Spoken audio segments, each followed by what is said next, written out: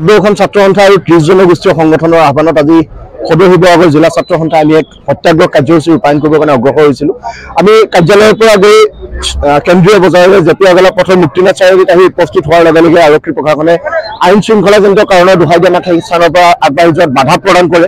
এই কথা স্পষ্টভাৱে প্ৰতিবাদ হ'ল যে প্ৰতিবাদৰ সন্মুখীন হ'বৰ কাৰণে এখন চৰকাৰে ভয় কৰে আৰু গণতান্ত্ৰিক প্ৰতিবাদক তেওঁলোকে শ্ৰদ্ধা নকৰে, অশ্ৰদ্ধা কৰে। এই কথাটো পুনৰবাৰ প্ৰতীয়মান হৈছে আৰু হিমন্ত বিশ্ব শৰ্মা নেতৃত্বাধীন চৰকাৰখনে তেওঁলোকৰ যি ফেচিষ্ট শাসন চলাব খুজিছে সেই শাসন কেতিয়াও এনেধৰণে চলাবলৈ দিয়া নহ'ব। এই কথা স্পষ্ট। চৰকাৰখনে ৰাইজৰ মতামতক গুৰুত্ব দিব লাগিব আৰু যেতিয়ালৈকে কা বাতিল নহ'ব সদৌ অসম ছাত্ৰ সন্থাই ৰাইজক সংগঠিত কৰি আমাৰ ৰাজপথৰ সংগ্ৰামৰ সমান্তৰালভাৱে আইনী যুঁজ আমি চলাই নিম। এই কথা আমি স্পষ্ট কৰি কওঁ। কা আমি নামানো যেতিয়ালৈকে কা থাকিব তেতিয়ালৈকে সদৌ অসম ছাত্ৰ সন্থাই আমাৰ গণতান্ত্ৰিক শৃংখলিত আন্দোলন আমি আগবঢ়াই লৈ যাবৰ কাৰণে আমি বদ্ধপৰিকৰ হৈ থাকিম।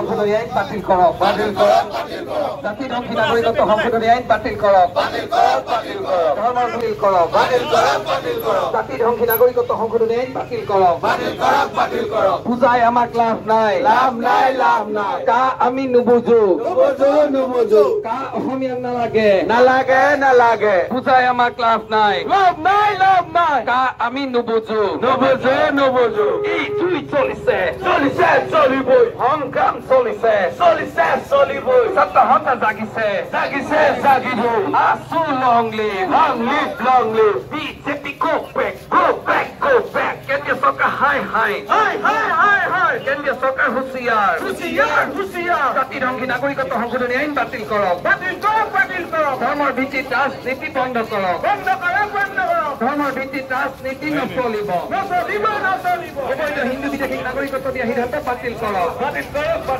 বুজাই আমাক লাভ নাই, কা আমি নুবুজো, কা অসমীয়াত নালাগে, যদি তুমি অসমীয়া আমাৰ লগত